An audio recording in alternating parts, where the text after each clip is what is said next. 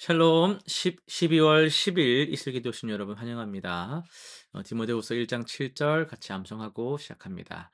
하나님이 우리에게 주신 것은 두려워하는 마음이 아니요 오직 능력과 사랑과 절제하는 마음이니. 한 번 더 하겠습니다.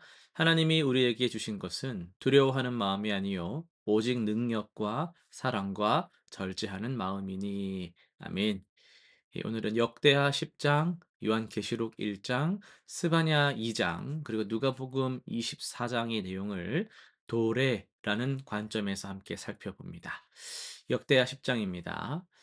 솔로몬의 아들 르호보암이 왕위에 오르자 백성들은 아버지 때의 그 무거운 멍에를 좀 가볍게 해달라고 호소를 합니다. 장로들은 백성의 요청을 들어주라 권했지만 르호보암은 함께 자란 젊은 친구들의 조언을 따라 오히려 더 혹독한 통치를 선언하죠. 내 새끼손가락이 아버지의 허리보다 굵으니라는 그의 오만한 답변은 결국 이스라엘의 분열을 초래했습니다. 열 지파가 떨어져 나가 북이스라엘을 세우고 다윗의 후손에게는 유다와 베냐민만 남게 됩니다. 이 사건은 지도자의 교만과 그릇된 판단이 공동체 전체에 어떤 결과를 가져오는지를 보여줍니다.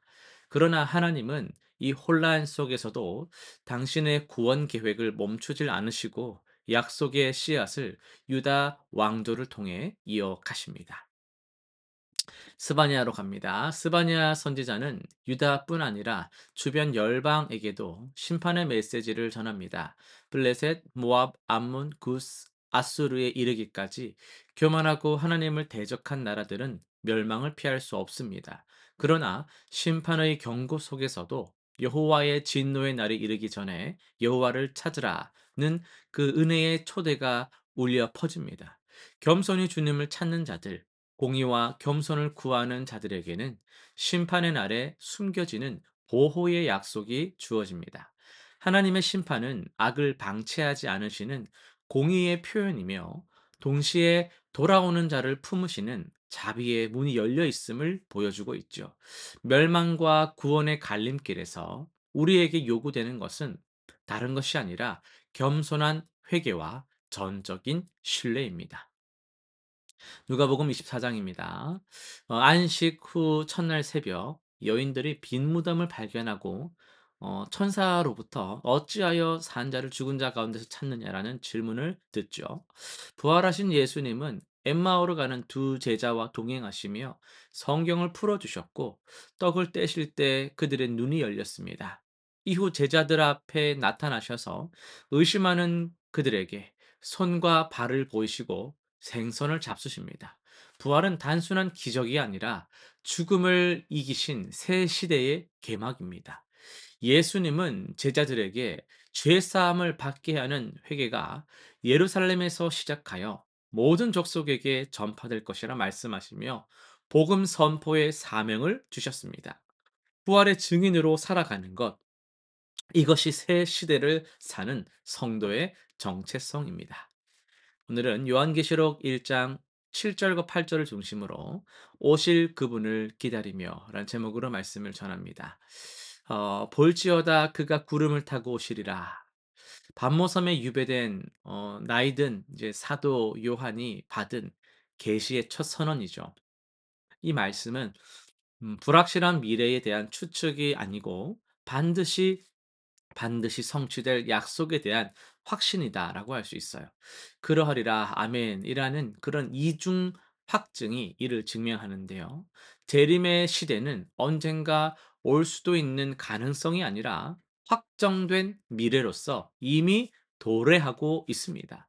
요한이 이 계시를 받을 때 교회는 로마 제국의 혹독한 박해 아래에 있었거든요. 성도들은 믿음을 지키다 목숨을 잃기도 하고 세상은 악이 승리하는 것처럼 보였습니다. 그때 하나님은 나는 알파와 오메가라 이렇게 선언을 하십니다. 역사의 시작과 끝을 주관하시는 분이 바로 그분 하나님이시라는 거예요. 세상이 아무리 혼란스러워 보여도 역사의 결말은 이미 정해져 있습니다. 이제도 있고 전에도 있었고 장차 올 자라는 표현에 주목해야 합니다. 우리의 하나님은 과거에만 계셨던 분이 아니에요. 미래에만 오실 분도 아닙니다. 바로 지금 이 지금 현재를 놓치면 안 돼요. 이 순간에도 살아 역사하시는 분이라는 거예요. 재림을 기다린다라는 것은요. 지금은 전혀 해당 사항이 없고 먼 미래만 바라보면서 현재를 소홀히 하는 그런 태도가 아닙니다. 오히려 지금 이 순간을 그분 다시 오실 그분을 생각하며 지금 이 순간을 그분 앞에서 늘 깨어 살아가는 거예요. 요한은 촛대 사이를 거니시는 인자 같은 분을 보았습니다. 일곱 촛대는 일곱 교회를 상징하죠. 재림의 주님은 저 멀리 하늘에서만 기다리고 계신 것이 아니라 지금 이 시간에도 교회 가운데를 거니시며 우리를 돌보고 계십니다. 그분의 눈은 불꽃 같아서 모든 것을 꿰뚫어 보시고 그분의 음성은 많은 물소리 같아서 세상의 어떤 소음도 그 권위를 가리지 못합니다. 사랑하는 여러분, 우리는 어떤 시대를 살아가고 있습니까? 이미와 아직 사이의 시대입니다. 그리스도께서 이미 승리하셨지만 그 승리가 아직 완전히 드러나지 않은 시대입니다. 이 중간에서 이 사이의 시간을 우리가 어떻게 살아야 할까요? 첫째는 깨어 있어야 합니다. 주님의 오심은 도둑같이 임한다 했습니다. 둘째는요, 신실해야 합니다. 맡겨진 자리에서 충성되이 우리에게 요구된 것은 충성이기 때문에 충성을 다하여 섬겨야 합니다.